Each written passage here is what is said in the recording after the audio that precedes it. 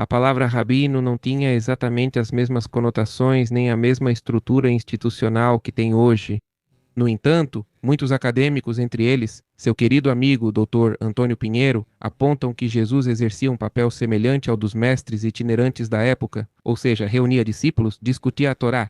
Você acha que essa forma como Jesus atuou como rabino ou mestre judeu do seu tempo, você concorda com essa afirmação? Não concordo. Respeito muito esses acadêmicos que levantaram a possibilidade de chamar Jesus de rabino, mas eu penso que não é uma premissa correta. Não acho que possamos chamar Jesus de rabino por vários motivos. Ter seguidores e ensinar a Torá não era o que um rabino fazia no século I. Vou tentar explicar primeiro o que significa a palavra rabino, para entender como se forma essa ideia do que é um rabino, porque é verdade que, como concebemos os rabinos atualmente, é um pouco diferente de como era no século I. A palavra rabino, em hebraico bíblico, significa grande, isso é rabi, mas em hebraico mishnaico, que é o hebraico da época do século I, significa mestre. Mestre não no sentido de ensinar, mas no sentido de ser o antônimo de escravo, um escravo e um mestre. Isso significa um rabi em hebraico já dessa época. Mas no período tanaítico, que é uma geração depois de Gilel, para quem conhece um pouco as cronologias dos sábios de Israel, isso é antes de Jesus, o termo rabino se desloca e começam a aplicá-lo, não para mestres no sentido de senhores em oposição a escravos, mas começa a ser aplicado aos sábios da Torá, que se encarregavam de questões legislativas, de questões judiciais. E você está certo que a forma institucional de ordenar rabinos hoje em dia é diferente de como se ordenava no século I. Mas é necessário ver que no século I realmente existia uma forma institucionalizada para determinar quem tinha essa autoridade para ensinar para ser rabino. E com o que vou explicar, a gente vai perceber que Jesus não cumpria as características formais para, digamos, ser considerado um dos rabinos da sua geração. A função dos rabinos era legislar e julgar em tribunais, sejam eles tribunais civis, penais, administrativos, ou seja, de temas do governo, de todo tipo. Inclusive, e isso não é algo novo, todas as culturas precisam de um sistema assim ou de dois sistemas assim. Nas escrituras, também em escritos bíblicos e apócrifos, se fala que os judeus julgamos por meio do que está na lei. Por exemplo, está escrito em Deuteronômio 17, diz que você irá ao juiz daqueles dias e lhe perguntará, e eles te ensinarão a sentença do julgamento. Ou seja, não é algo novo. No século I existia um sistema que se chamava sinédrio, uma instituição, na verdade. O sinédrio, de modo geral, se ocupava das tarefas legais e judiciais de Israel de todo tipo, roubos e todo esse tipo de coisa, legislar, decidir sobre o tempo e as festas, tudo isso. Na Mishiná, a Mishiná, que, para quem não conhece, é uma coletânea do que era a realidade social, cultural e legal dos judeus do século I, século II e de antes. Ela remonta a muito antes também. E aqui se explica como era concedida a chamada semihá. O que é a semihá? A semihá é o que se chamaria em espanhol, digamos, de ordenação. A ordenação rabínica vem da palavra islis moj, que significa algo como apoiar-se. O objetivo da semihá era definir quem estava autorizado a participar dessas decisões tomadas pelo sinédrio. Na verdade, além do sinédrio principal, existiam pequenos sinédrios em outras cidades, não só em Jerusalém. Assim, podiam focar em outros assuntos menos complexos, agindo como um sistema judicial nacional. E como era o sinédrio? Composto por todos os membros, mas diante do sinédrio havia 3 fileiras de estudiosos da Torá. Digamos, dos grandes acadêmicos e pensadores da Torá, os especialistas em tudo que é legalidade e também em outros campos, porque para fazer parte desse sistema, você não precisava apenas ser um rabino, mas também precisava saber de astronomia, biologia ou medicina, porque para poder emitir um parecer legal sobre algo, você precisa ser especialista na área sobre a qual está emitindo esse parecer. E isso a propósito da introdução dos rabinos. Mas o que acontece? E temos, por exemplo, registros como essas 3 fileiras de eruditos.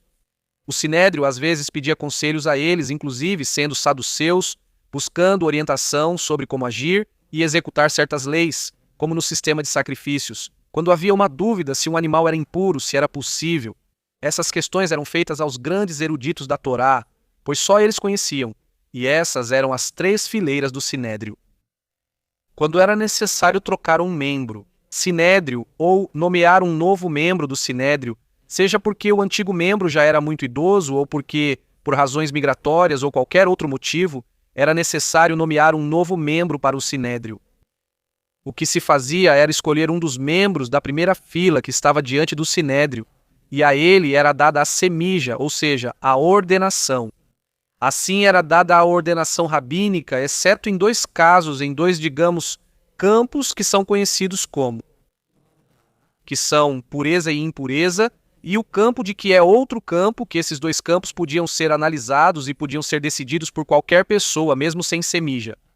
Mas o que acontece depois, no século II, na época de Rabi Yudá Nassi, Yudá o Príncipe, como é conhecido, é que esse mecanismo de ordenação que acabei de explicar ao público é alterado. Porque há várias razões, porque a autonomia judaica ela havia sido pulverizada após a revolta de Bar Kokhba. No ano 70 e na revolta de Bar Kokhba, ocorreu um grande massacre de judeus na terra de Israel. Roma deixou a comunidade judaica dizimada. Os grandes sábios da Torá foram totalmente mortos e alguns exilados por Roma. Então decide-se mudar esse sistema e é a partir daqui que, no século II, determinam que qualquer pessoa intelectualmente qualificada pode servir como juiz em casos civis. É assim que isso se expande. E essa é a razão histórica de por que isso se expande. A ordenação rabínica fora desse sistema, por esse sistema nacional ou centralizado na nação. Mesmo nessa época, a ordenação rabínica era limitada a certos campos. Havia toda uma escala, na verdade, na época, de quanto se podia permitir que um sábio da Torá exercesse.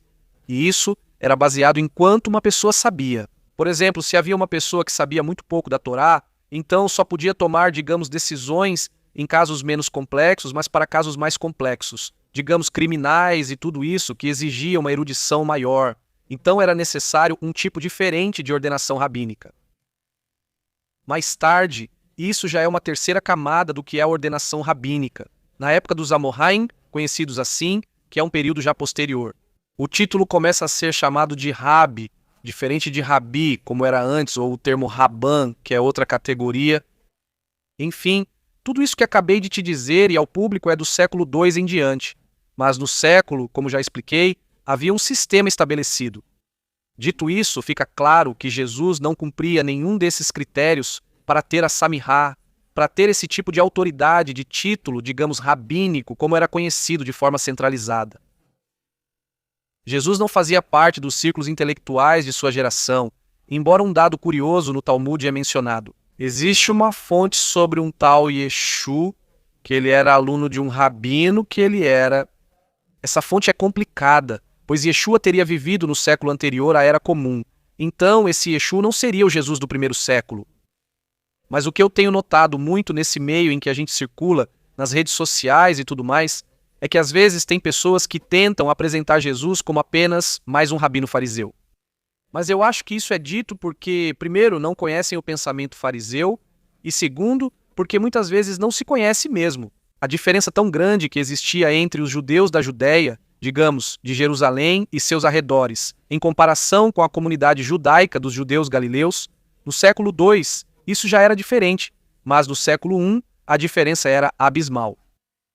Jesus era um galileu, tinha seus seguidores, possivelmente conhecia a Torá, os profetas, digamos, era um grande conhecedor, mas isso não era o critério para ser ordenado como rabino no século I. Fílon de Alexandria era um rabino, era um erudito, escreveu obras impressionantes, sim, com influência helênica e tudo isso. Nós consideraríamos Agá Fílon de Alexandria, o rabino Fílon de Alexandria? Não, porque ele não cumpria os critérios do que era a ordenação rabínica no século de Flávio Josefo, Agaf Yosef ben Matitial, o rabino José, filho de Matitial, não, porque ele não cumpria os critérios da Semijá, não fazia parte disso. Então, ter alunos e opinar sobre o que diz a Torá e ser questionado sobre isso, esse não era o critério, ou isso não era suficiente para obter a Semijá durante o período do Sinédrio em Jerusalém. Estamos falando que ser rabino era um título que não era para sentar e falar sobre Torá no mercado, não era isso, mas sim o topo das mentes mais brilhantes, as classes mais intelectuais da época. Jesus, Por isso, na minha opinião e no meu critério, sob essa abordagem histórica, não foi rabino. Então, respondendo à sua pergunta concreta, não sei se isso afetaria a visão de um cristão ao pensar se Jesus foi ou não foi um rabino. Eu sei que o Novo Testamento tem uma agenda que tenta desafiar o judaísmo da sua época. Nos evangelhos se critica muito esse sistema rabínico, Mateus 23, que gostam de ser chamados de rabino, rabino e tudo isso. Existe uma fonte posterior em que Jesus é chamado de rabino, mas ainda assim não considero que seja por esse motivo. Há uma frase em que em algum momento o chamam de Rabi, eu acho que é daí que tudo nasce. Além disso, o evangelho que chegou até nós está fragmentado, pois o mais antigo data de cerca do ano 200 e é um pedaço pequeno. Então, bom, na verdade não sabemos se é assim porque resolveram colocar a palavra Rabi se eram tão contra. Há quem opine que isso é uma adição muito mais tardia, e na minha opinião talvez seja para legitimar ainda mais a autoridade de Jesus diante do sistema da sua época. Exemplo disso é Paulo mencionando sua biografia em cartas ou em Atos dos Apóstolos. Qual é o objetivo de Atos dos Apóstolos? É que Paulo, na verdade, não tinha nada a ver com a Judéia e todo esse sistema. Então, Atos dos Apóstolos tenta apresentar um Paulo, fariseu dos fariseus. Um Paulo, aluno de Rabban Gamliel.